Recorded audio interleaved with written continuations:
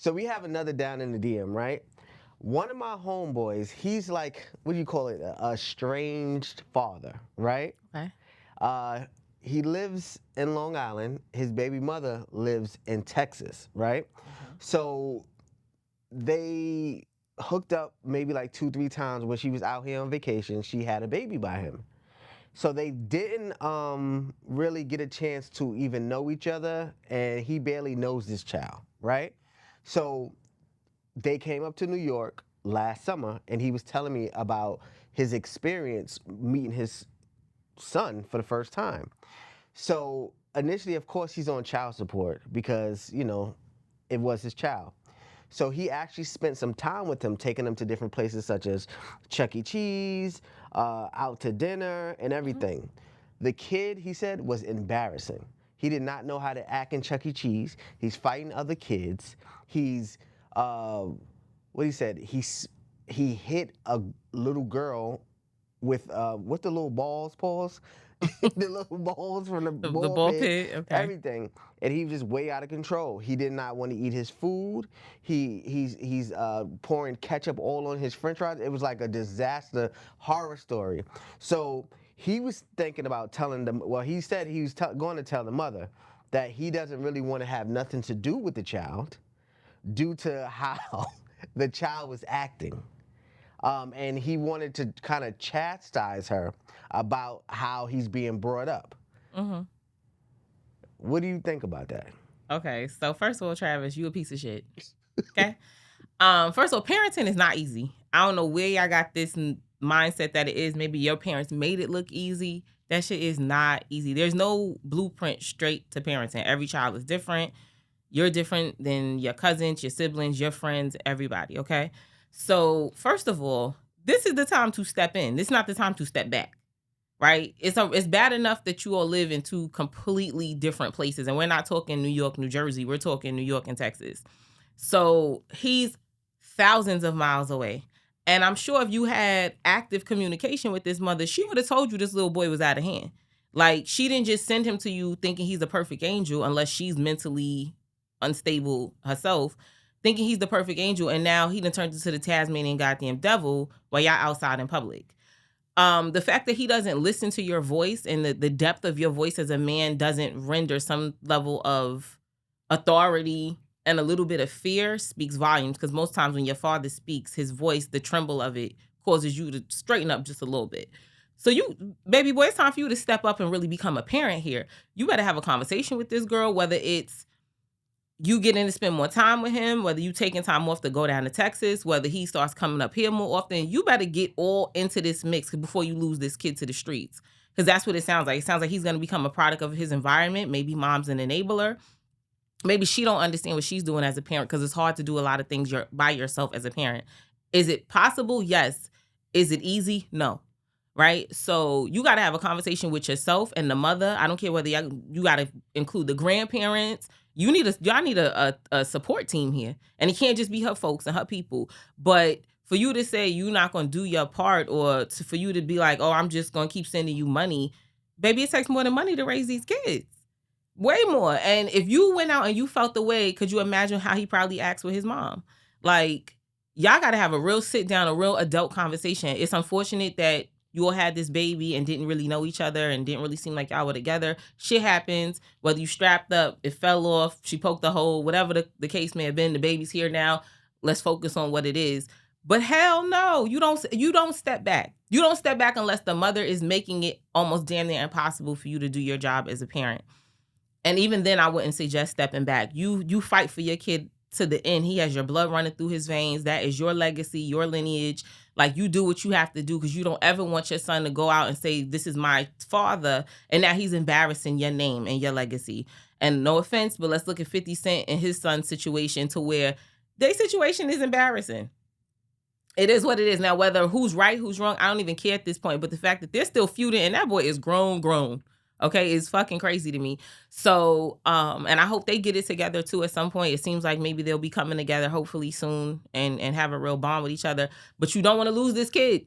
So you got to step up and have a real adult conversation with your baby mother. Like, no sex involved, no nothing two adults that are putting this child forward because you all both see an issue. Because if she don't see an issue, there's some level of something's not adding up. The pieces don't add up here. So step in before he becomes an out of control teenager, and y'all really can't control his ass.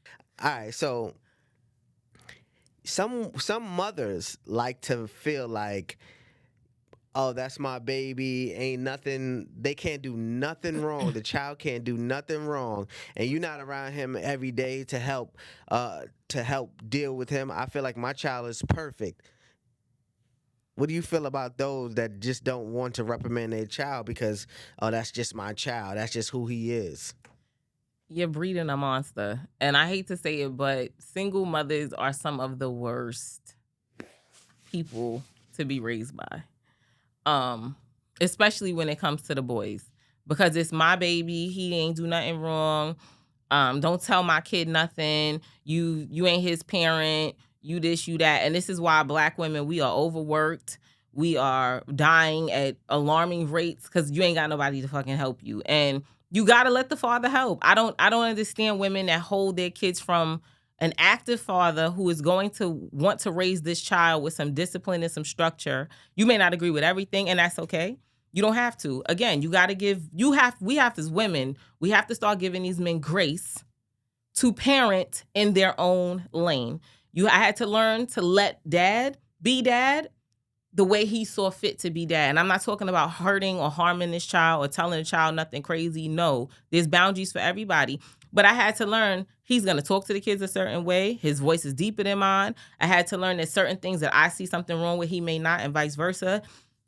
I had to learn what his version of punishment was, right? I grew up going to church. Not so much for him. So to me, it was, let's get up and go to church, and he didn't. I had to learn to give him his space, to give him his lane to be comfortable in. And we got to learn how to do that. Learn how to give these men the grace to find their own footing with parenting, especially if it's his first time as being a parent. We have an instant nurturing instinct that kicks in once we push that baby out or once we deliver that baby. Men, not so much. Right? Men fall in love with the baby once they see the baby. They don't feel all the kicking and everything that goes on in our bodies and in our wombs. You got to give that man space to find his footing as a parent. Parenting can be scary. That shit can be overwhelming. You are now responsible for a whole life that has to be fed every day. They have to be clothed. They have to have someplace safe to live. They have to have homework, PTA, projects, field trips, extracurricular activities, health issues, health insurance. There's a lot of shit that comes with being a parent. Not saying it doesn't fall on the mother too, because you guys are supposed to be a team. However, you have to allow dad to be a part of the team. We love screaming, it takes a village to raise a child, but then we want to dismiss the father like he's not a part of the village. Or you keep talking about my child, my child. No, baby girl, that's y'all. That's our child. This is our baby. You didn't make that baby by yourself. And again, this is why we got to stop just having kids and start having real conversations before we get to the point of keeping the kid, before we get to the point of wanting to be parents. Have these conversations. What does that look like? What does parenting look like for him? What kind of dad does he want to be? So many of us have never even had that conversation. What kind of father does he want to be? Is he an active father? Is he a soccer dad? Is he a dad behind the scenes? Is he a stay-at-home dad? Is he the dad that just plays video games with the kids and goes to work and makes sure the bills are... What kind of father does he want to be? Start having that kind of question, right? Because we swear we assume what he wants until shit hits the fan. And he like, I never told you that. I never told you I wanted to be in this mix like this and be a part of this. So as ladies, we got to stop just having these babies and not allowing dad to have a place. And then now you done sent this baby up top to spend time with his father and he's acting a goddamn fool because it's a reflection of you too. It's showing that as a mom, you don't know what you're doing. It shows that you don't have no control. It shows that you ain't teaching your son nothing and you're not teaching him the right way. So because when your baby goes with anybody, respect is respect. Right? Discipline is discipline. An adult told him something, he should adhere to what's being told to him unless it's going to harm him. So that's a big reflection on you as well. Again, as a mother, what are you doing? Are you making sure, and y'all kill me with this shit. I remember one time, I think it was a rapper. It was somebody, in the media, and it was like his daughter's graduation. And he missed the graduation. and wrote like a whole letter to his daughter and was like, oh, I'm sorry I missed your graduation. I missed your big day, but your mother didn't remind me. And it was women up in arms like, why she got to remind you? If you an active parent, you should know. What the fuck did it hurt her to remind him of the baby's special day?